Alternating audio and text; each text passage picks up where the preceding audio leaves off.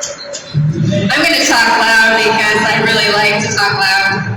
I want to bring Lori up on stage real quick because I want you to look at her shoes.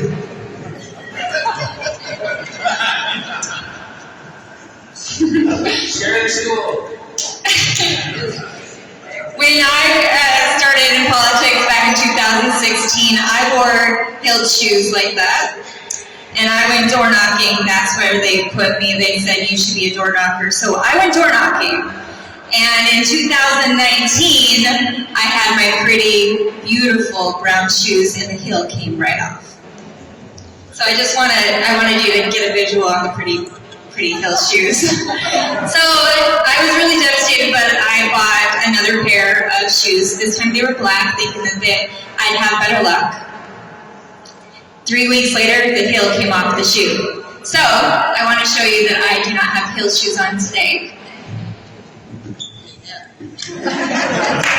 They're Brooks, and if anybody knows who David Dawkins is, you should look him up. He knows very well what kind of shoes you should wear because he's amazing. So look up his story.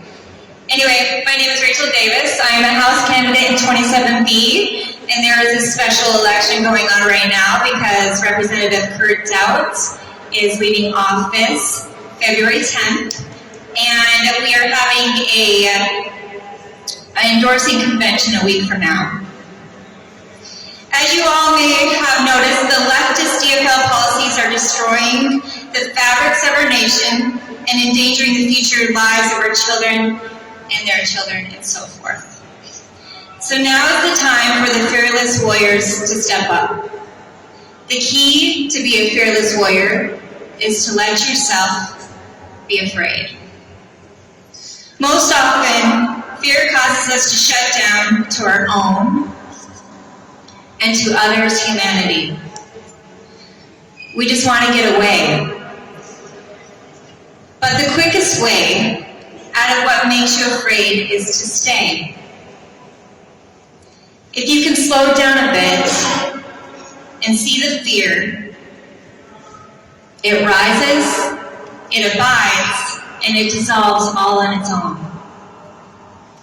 Allowing this process is the mark of the spiritual warrior. We are all spiritual beings.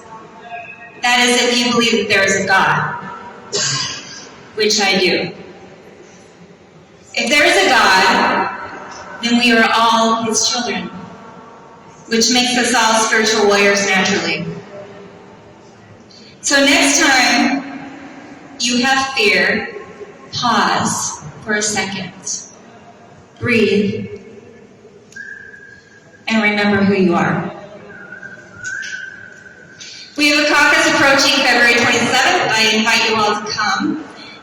If you don't know where your caucus location is, you can Google Caucus Finder, or you can go to the Secretary of State's website and punch in caucus location, and it should give you your caucus location. Also, all of us up here can help you, so we love helping. My love language is service, and I think that's funny because I always thought love was an action word.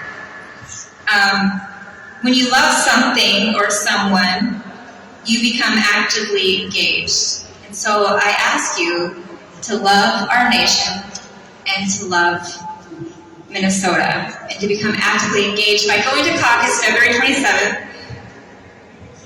I'm promoting caucus, by the way. I also want to touch on a subject that is not a very fun topic for me.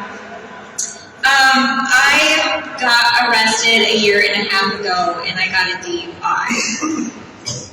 And I took steps, and through those steps I found clarity.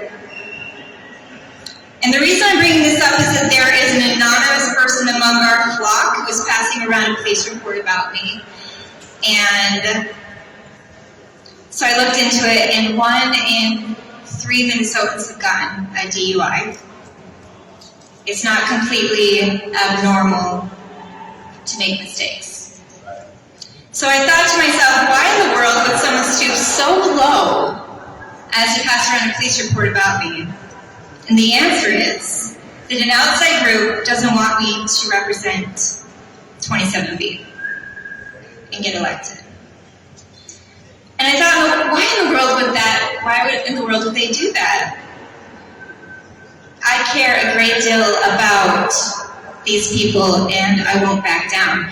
I care a great deal about you, and I won't back down. So, I believe that's the real reason they don't want me to be elected. My vision for America is to not only have a very small government, but that the Constitution becomes again the supreme law of the land. It seems a lot of political people have forgotten that. Our forefathers were wise, moral men who cared about our freedom and our future and our country and our children, to grow and raise their children and so forth. There were 2.4 million colonists in 1775, and 800,000 of them fought in the Revolutionary War. That's only 8%. 8% fought for our independence. That's a really small number, but they are the ones that did it. Our forefathers were the fearless warriors of their time. Not everyone agreed with them,